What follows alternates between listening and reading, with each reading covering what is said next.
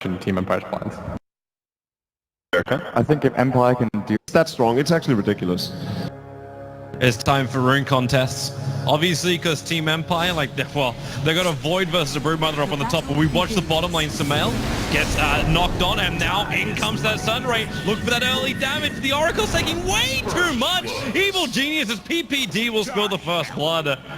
And I hate to tell you too, face into a stack camp as well, so they're looking to deny it as much as they can, force out a movement, and PPD's going to oblige. Aloha Dance with a follow-up Light Strike Array, he's got a double damage route as well, so the damage is very heavy into PPD. Those searing arrows of Clinks not even actually leveling up Strafe. He went for Skeleton Walk next level and another Light Strike Array. Aloha Dance, the attack is going to fly the fortune, then he brings him straight back again. Oracle will find the kill on Arteezy as well. Can they actually claim all three? No, they can't. They're bringing down tree lines non-stop with that Light Strike Array of the Lina, but the stun's there from PPD, and Aloha Dance, well, nothing will save him there. They knew he was gone.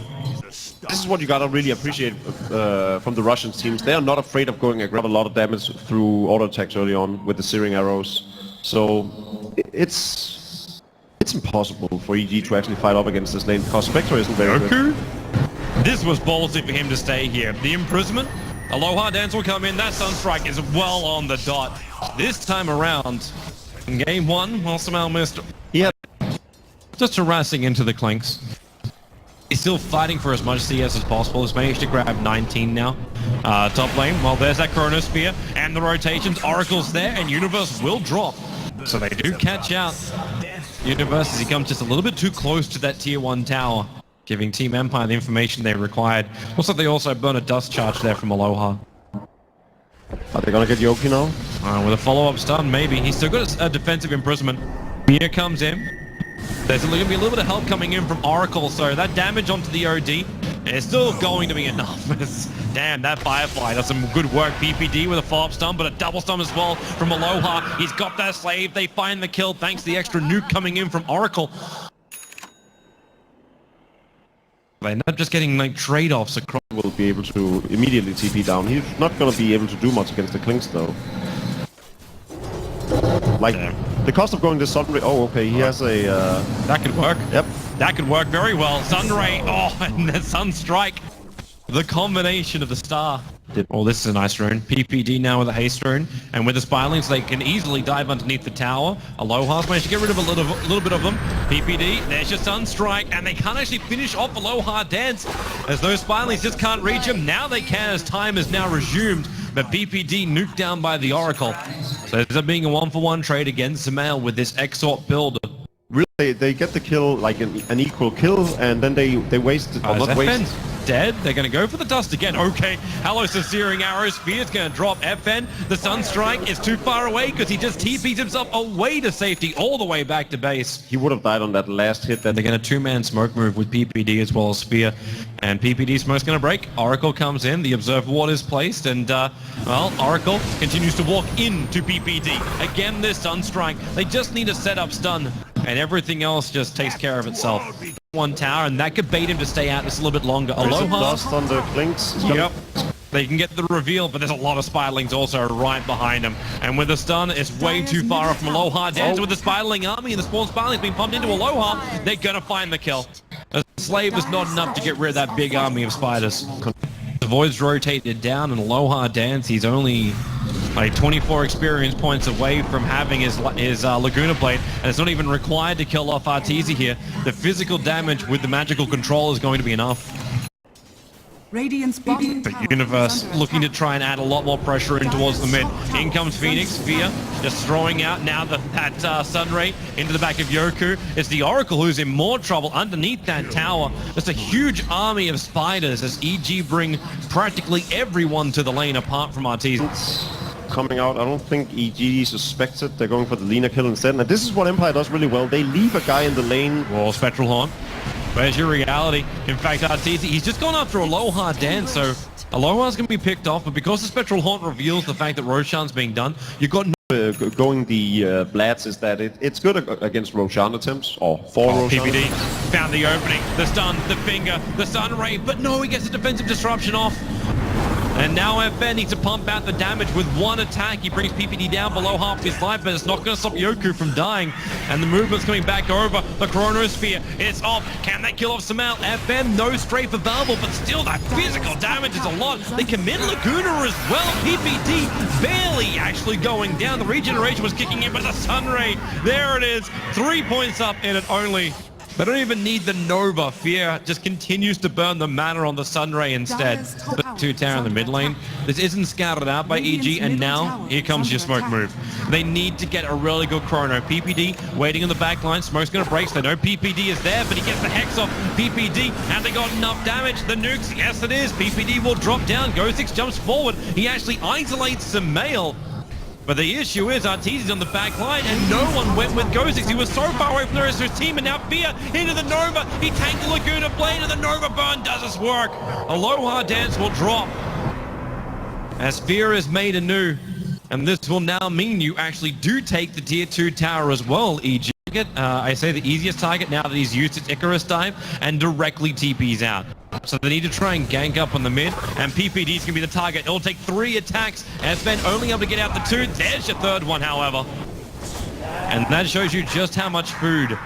Just really good defensive warning from EG. The more time Empire is using on thinking about what to do, the more time they're basically allowing EG to position themselves around the map. There it is. They jump onto Aloha Dance. He's going to easily burn down the Evoker to find it and Ghost Stick.